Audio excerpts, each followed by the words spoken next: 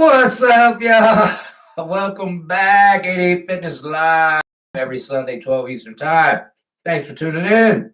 Today we're talking about maximum gains, choosing the right range of motion, partial or full range of motion for muscle hypertrophy. Excuse me. All right, so before we get into that topic, just a couple guys.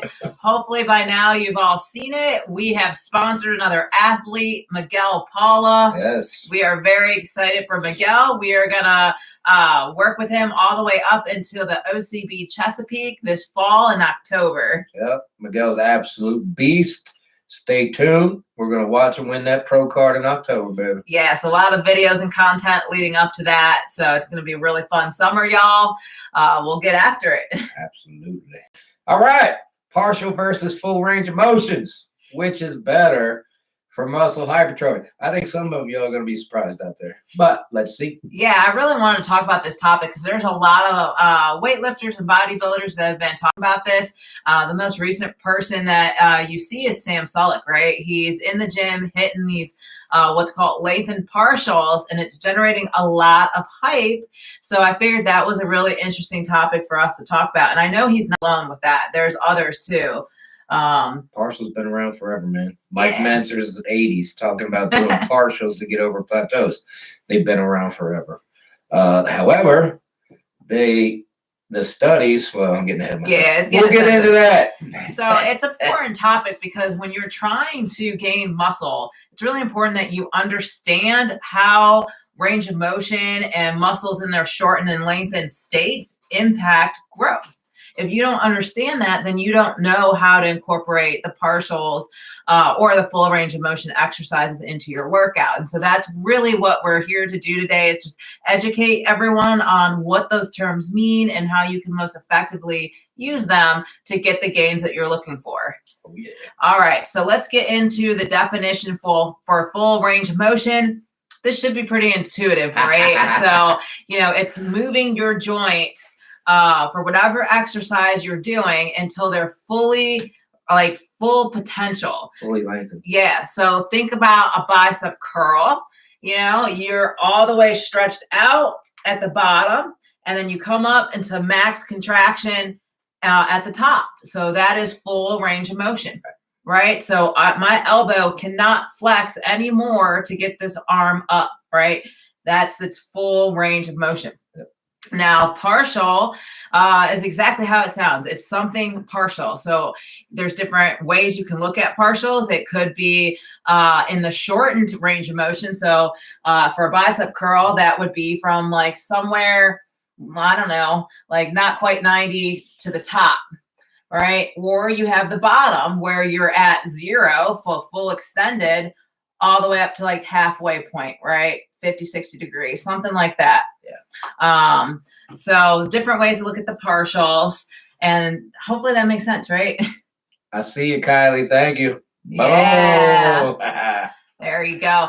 And y'all, even though we have a topic for you today, if you have questions, please hit us with them. We'll answer them as we, talk here today. If there aren't any questions, we'll just keep going with our prepared content. So don't hesitate to drop us some questions. All right, so let's talk about the research. James is trying to jump right into this. This is the exciting part for me. Yeah, so there's actually 4 studies done in, the most recent, 2021 time frame, and they were looking at full range of motion versus partial. So in these 4 studies, they actually gave the edge to full range of motion compared to partials in terms of building mass. And there's a lot of reasons, the results gave full range of motion. Right. And then there was another study done, and it said, well, range of motion doesn't matter at all. You're going to have the same amount of gains, whether they're partials or full, which scratched my head on that one a little bit. That's interesting. And then there was one study done where it actually gave the edge to partials over full range of motion. So it's a little mudded, y'all. That's a mixed bag, right? So if you were just to take those studies by themselves and look at them, you would say, all right, well, 4 said, hey, full range of motion's where it's at. Yep. The others, maybe one study said, it doesn't matter at all. And another study said partials. You're going to say, all right, well, if I need max muscle gains, full range of motion is where it's at. So that's very interesting. From that data, yeah. Or you say this is nonsense because one of his tests came back unconclusive. Right. So we're going to deep dive into more of that. But before I do, there's something that I just want to teach you guys about. And that's really like muscle lengthened and how the tension applies to it. And it's this idea of active tension versus passive tension. And that's we're getting deep, yeah. Yeah, that's getting a little deep. So when you think of active tension, really you're thinking about the muscle as it's contracting, right? So what does James always say? There's 3 parts to the lift, right, James? What are they? You lift it, the positive, eccentric, squeeze it, isometric, hold, squeeze, max contract. Right. And then lower it, the negative part. Right. So active tension is just you're generating that force and that stimulus that creates that protein synthesis when you are contracting that muscle, those muscle fibers. So you really want to work on exercises that have a lot of active tension in it because it leads to muscle growth. The other way to think about tension is passive tension. So this means that, if you think about your muscles and you think about them like rubber bands, what happens as you stretch out the rubber band? It creates a lot of potential energy. It's getting real nerdy, guys. If I were to let that go, the ability for it to create tension is extreme, right? It's going to recoil. Snap back. Right. So as you stretch those tendons, that muscle, it develops that ability to create a lot of tension. Have y'all ever heard of Pilates? That's exactly what they do in Pilates. Yeah. So I bring this up because, when you're thinking about active tension, that's really like why you're contracting the muscle. So the muscle itself, could be in its shortened length. So back to the bicep curls, that's when I'm full contraction right here, right? I've got a lot of active tension I'm creating in that bicep. Now, as I stretch it out, my biceps lengthened, and I'm creating a lot of that potential tension right at the bottom in its lengthened state. So passive tension. All right. So now going back to those studies, this is where it gets really wild, y'all. One study that said, hey, partials. Well, actually, let me back up. The 4 studies that said full range of motion were better. So if you look at one of them, it was Bloomquist. They had their people do squats, right? And so full range of motion is like down the hole to standing, right? So that might be something like 120 degrees all the way up to 0. You're fully standing. When they looked at the partials, y'all, they were looking at 0 to 60. 60 degrees is like not even a quarter squat, right? So your quads are in their shortened state. Like when you're standing up, your quads are not stretched. They're only stretched when you're down the hole. This must have been an old study maybe because the muscle stretch under load has been out for a couple of years now. So whoever did these studies just threw that out the window. Right. You didn't worry about stretching the muscle at all. You're just doing the top quarter of the range of motion. Yeah. So that's where studies start to break down. Like you really have to ask the question, like, well, what was the partial that you were doing? And so for all 4 of those studies, y'all, they were looking at partials being the shortened range of motion for the muscle. Top half the rep. Yeah. So that's not exactly fair to say that full range of motion gets the nod. You have most potential at the bottom range of motion where you're stretched out, you're lengthened. We keep preaching this. Even if you're going to do a partial, there's more potential at the bottom half, bottom quarter, than at the top half, top quarter. Right. So what they should have done is said, all right, let's look at 60 to 140 degrees and compare that back to full range of motion. And that's basically what the one study that said partials were better did. And so again, these studies were new, right? So I think that in the next several years, you're going to see a whole lot of studies being conducted at muscle stretch while under load in that lengthened position. Yes. Especially with athletes or weightlifters like Sam Sulek going around doing partials and advocating for those lengthened partials. So, I mean, it's been around for years. And if you followed bodybuilding for 20 years or more, usually a bodybuilder, will figure it out before the science comes. Right.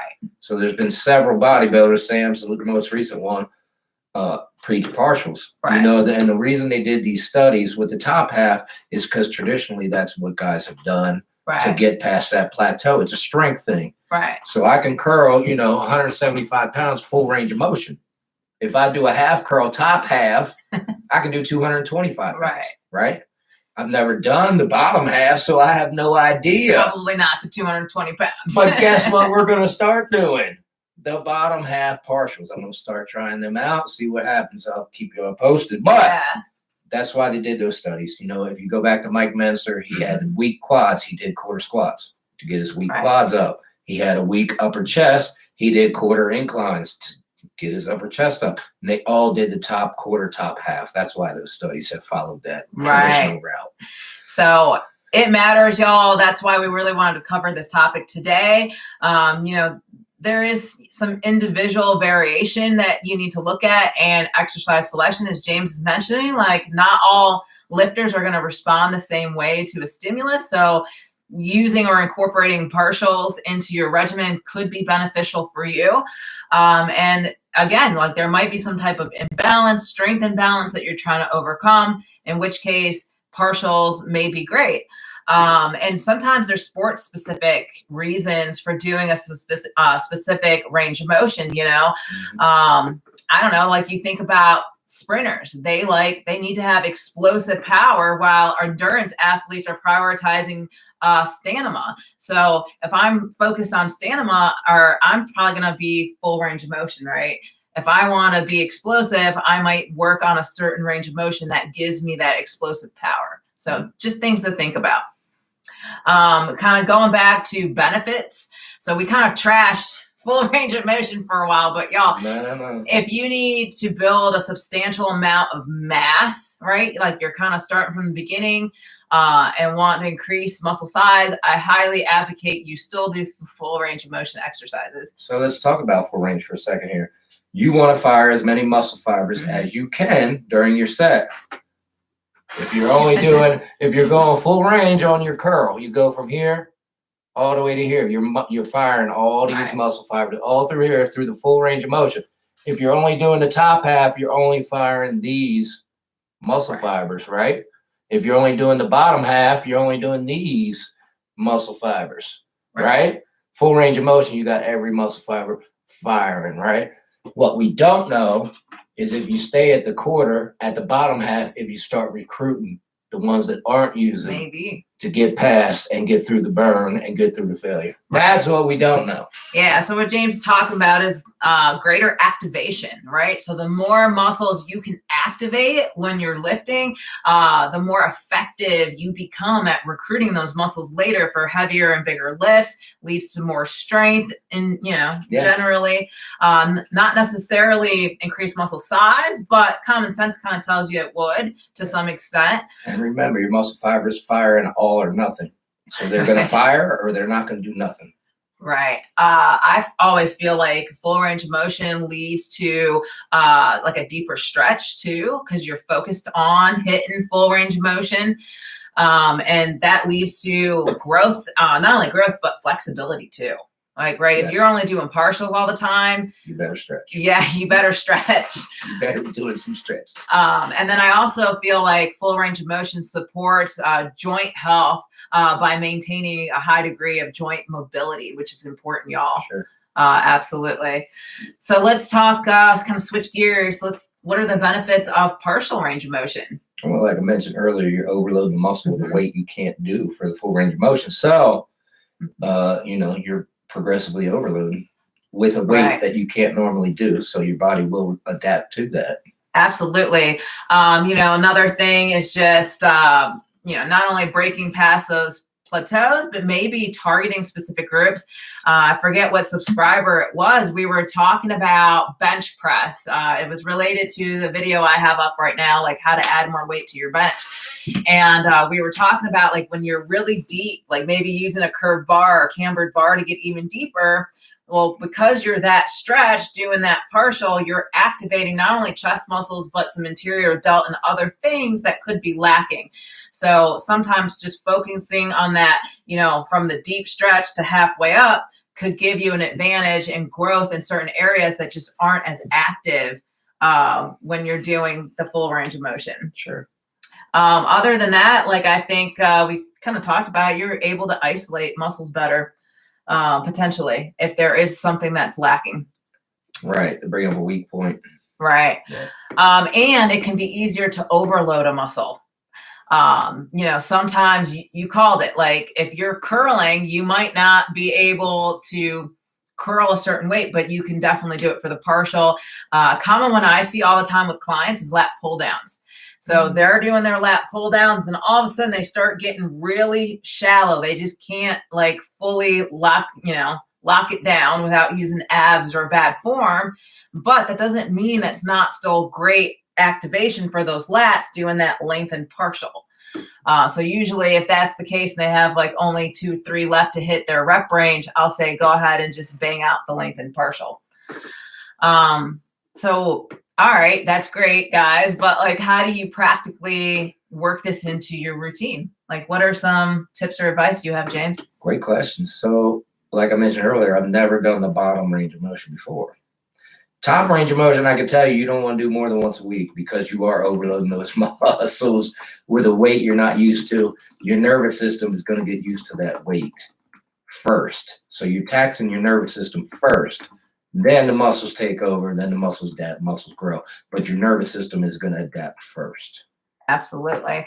So I think there's different ways you can incorporate it. One way would just be it's your endpoint. Kind of like I was talking about with the lat pull downs. Right. Like you hit your full range of motion reps, and then you geek out like just a couple more of those partials. So that's an intensifying technique. You extend the set. So you hit failure at full range. And then you keep knocking out quarter, half, and then quarter, and then a third, and then an eighth, until you can't even move anymore. Yeah. And then other times, maybe you just pepper it in, like when you reach some kind of like plateau and you're lifting. Yeah, one of my favorite stories is, and allegedly there's a video out there of Tom Platz just sitting on the bench holding the dumbbell, screaming,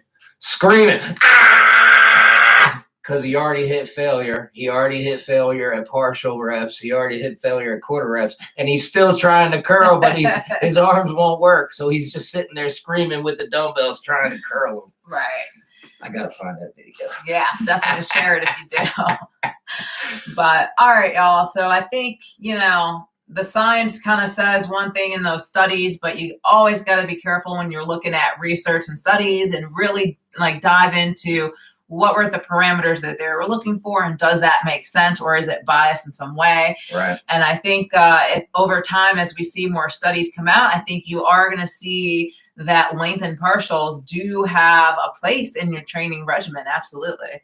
I'm going to have to agree. It only makes sense when you talk about the lengthened partials as opposed to the shortened partials, that it's just going to blow you up. It's going to create muscle hypertrophy like crazy. I mean, according to the science, I'm going to have to try and let y'all know. But if you look at the science, you look at the studies, and you use a little bit of common sense, it makes sense. Right. And I mean, a lot of the videos I've been filming this week that are talking about busting through your plateaus uses some form of partials. Yep. And for the one that we are getting ready to drop, I think it's Monday, it's related to how do I curl more weight. And in there, I'm actually doing lengthened partials, like on a preacher curl, trying to build up some muscle strength at a certain portion of my bicep. Yeah. So it definitely has its place. That doesn't mean you can just go out and do partials and not do full range of motion, like especially if you're trying to build a lot of size. I think the best, you just mentioned it, extending the set. Use it as an intensifying technique to extend the set. You're forcing your body to grow at that point. However, and I'm going to hashtag this, you're going to get hate. Right. If you post a video you doing partials, you're going to get hate. Right. If somebody sees you in the gym doing partials, you're going to get hate. Keep that in mind. Yeah. And now when you see someone at the gym doing lengthened partials, don't hate. Go up and say, hey, you got it. Like, I'm glad to see that someone actually is smart here, like doing those lengthened partials. Like, good on you. All right, y'all. Well, that's, I think, all we had planned for today. It's this was a very interesting topic. I actually enjoyed doing research here because of what's going to come out of this. There's only one study where they did it at lengthen, and that's the only study that said partials are better. So imagine that. Yeah. Imagine that with today's science, with today's knowledge, like Camille mentioned, it's gonna come out. Yeah. Remember, you're hearing it here first. Partials, lengthen partials will blow your muscles up. You heard it, 88 Fitness Training. Yeah, in fact, if you want to see the research, just drop me a DM in the comments and I'll send you the links to the different articles because it's an interesting read. It definitely is an interesting read. It is, and it's a completely different ballgame when you're talking about the shortened partials as opposed to the lengthened partials. It is completely different ballgame. And that doesn't mean shortened partials don't have a role too. Again, if you're busting through a plateau, they could have a place in there. So just keep that in mind. But we're talking about muscle hypertrophy, lengthened partials, and full range of motion. 100%. All right, y'all. Well, I hope everyone has a really great weekend. Happy Memorial Day. Happy Memorial Day. So definitely take some time. Think about, our soldiers out there that definitely paid the ultimate price. But have a great weekend, and we will definitely see you next time. Absolutely. Thanks for taking time out of your day and tuning in. We appreciate each and every one of you. Bye.